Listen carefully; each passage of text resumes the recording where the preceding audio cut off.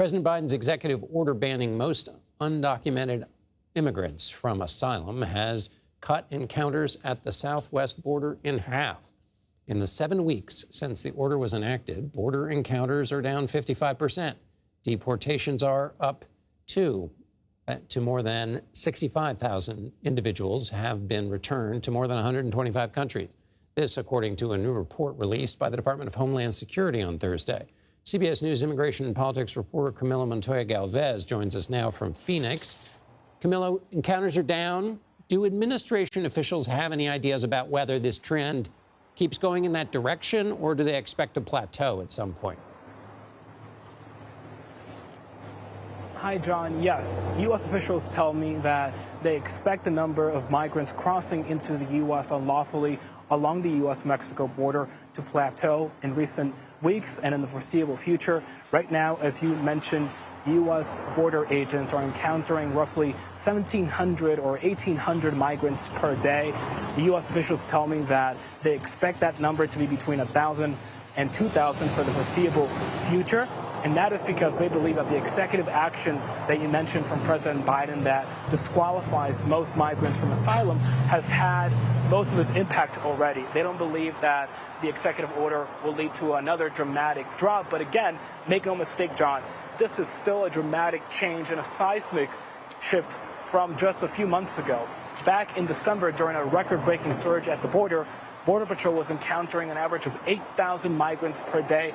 Now it is about 1,700 or 1,800, as we just mentioned, and the numbers are very low compared to other months, including March, April, May, and June. And so we should expect another drop in monthly encounters in July, and we should expect the level of illegal immigration at the border, John, to actually be lower in July than in the fall of 2020 during the Trump administration, which is something, by the way, John, that President Biden mentioned in his speech last night.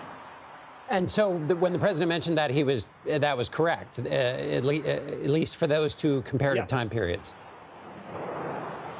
That's right. And let me ask you this, Camilo. There were concerns. Well, let me put it this way. How has this gone logistically? I mean, that, as you mentioned, the numbers are quite significant. And just in terms of deporting to 125 different countries, how has it gone ramping up to this new program so quickly?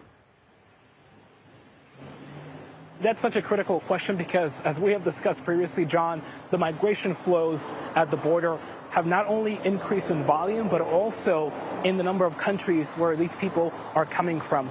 Before, most migrants were coming from Mexico, Central America, and maybe a few other countries in Latin America. But now they're coming from across the world in South America, Central America, the Caribbean, Africa, Asia, and other parts of the globe.